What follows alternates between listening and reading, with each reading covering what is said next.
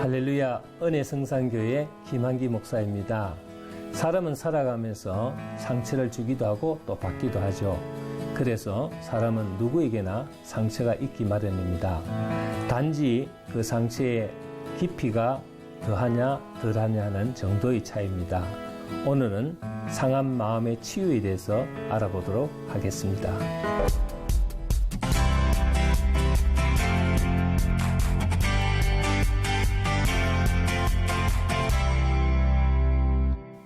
KBS2에서 반영하고 있는 대국민 토크쇼 안녕하세요, 일명 아하 안녕하세요 하는 프로그램이 있습니다. MC 신동엽과 또 이영자가 나오는 프로그램이죠.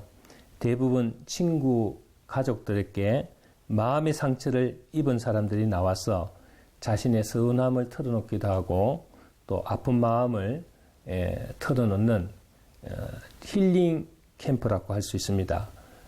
그래서 요즘 이 힐링 프로그램이 굉장히 인기를 방영되고 있습니다.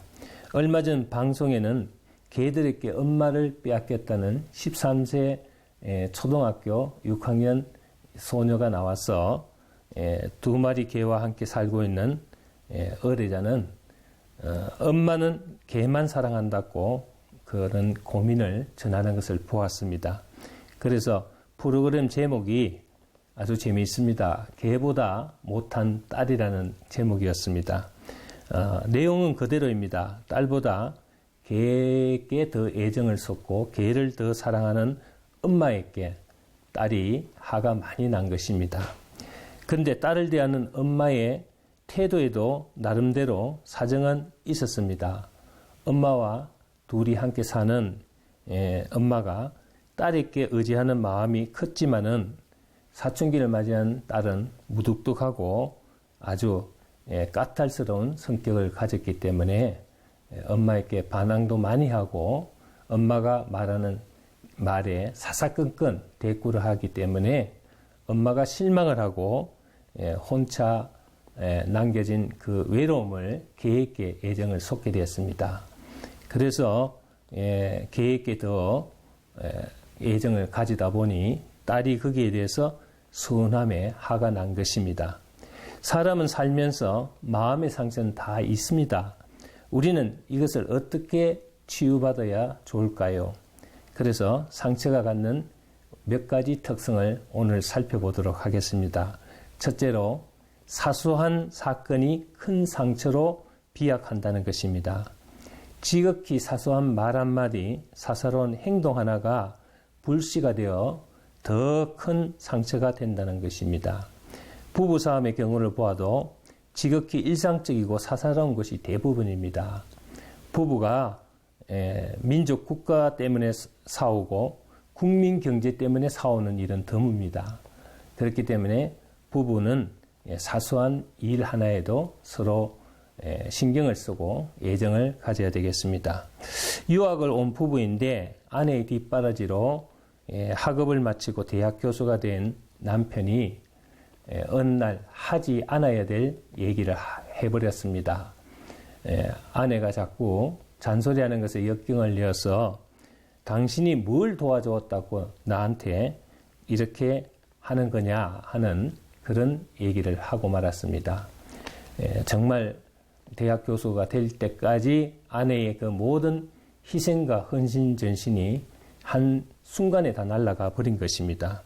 항상 미안한 마음으로 잠재되어 있던 분노가 남편이 터져버렸던 것이죠.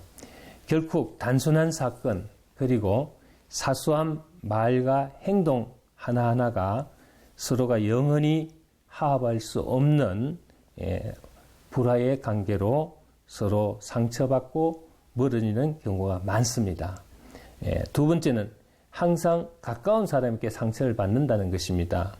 전혀 모르는 사람이 길거리를 같이 나가다가 무심코 던지는 말 한마디 때문에 상처를 받는 경우는 극히 드뭅니다. 함께 사는 사람이나 늘 만나고 교제하고 접촉하는 사람으로부터 상처를 받게 되므로 내 주위에 있는 사람들에게 관심과 사랑을 가지고 대하여야 한다는 사실을 우리는 각인해야 되겠습니다. 그래서 항상 가까이 있는 사람을 더 사랑하고 가까이 있는 사람에게 더 관심을 가지는 것이 중요합니다. 세 번째는 상처는 방치하면 갈수록 점점 더 커진다는 것입니다.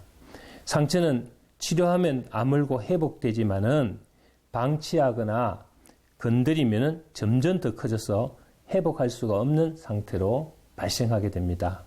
요 며칠 전에 뉴스에서 가출한 남편에게 집에 돌아가는 가정법원의 판결 내용도 있었지만은 제가 잘 아는 성도님은 집에서 가출을 했습니다.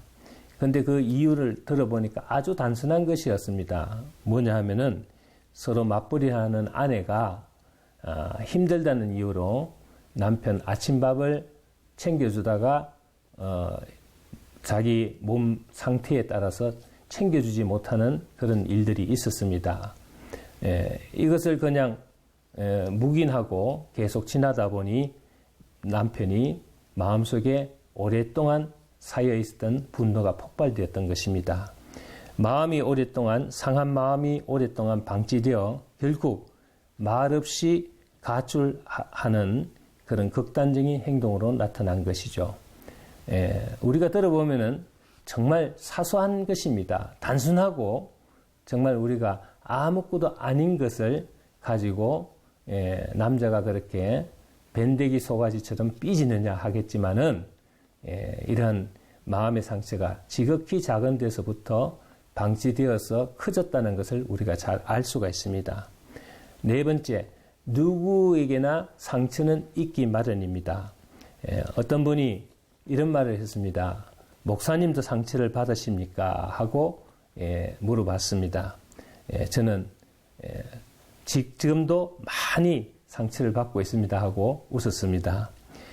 치유 상담을 하는 목사라서 상처를 안 받을 것 같지만은 사실은 많이 받습니다.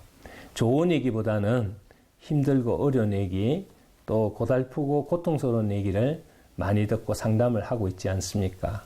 그뿐만 아니고 요 며칠 전에는 어떤 성도님이 치유하는 목사님이 자기 속을 모르면 되느냐 하고 몇 시간 동안 자기 신세 타령을 하는데 중간에 말을 끊으려면은 아주 굉장한 분노를 가지고 화를 내는 바람에 그냥 참으면서 그 얘기를 다 듣느라고 저도 마음의 상처가 큰 적이 있습니다.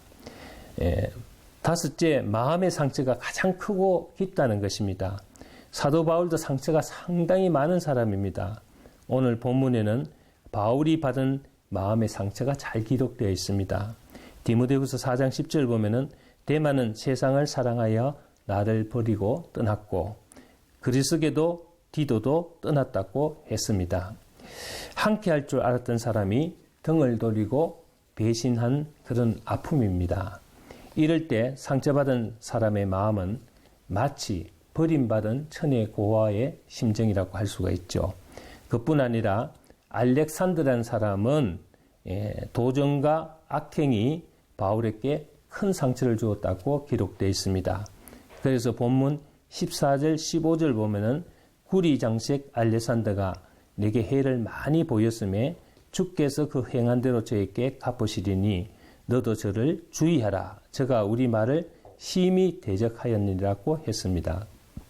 바울은 복음 사역을 하면서 돌로 맞고 또 흉기에 찔리기도 하고 태장으로 맞은 상처도 있었습니다.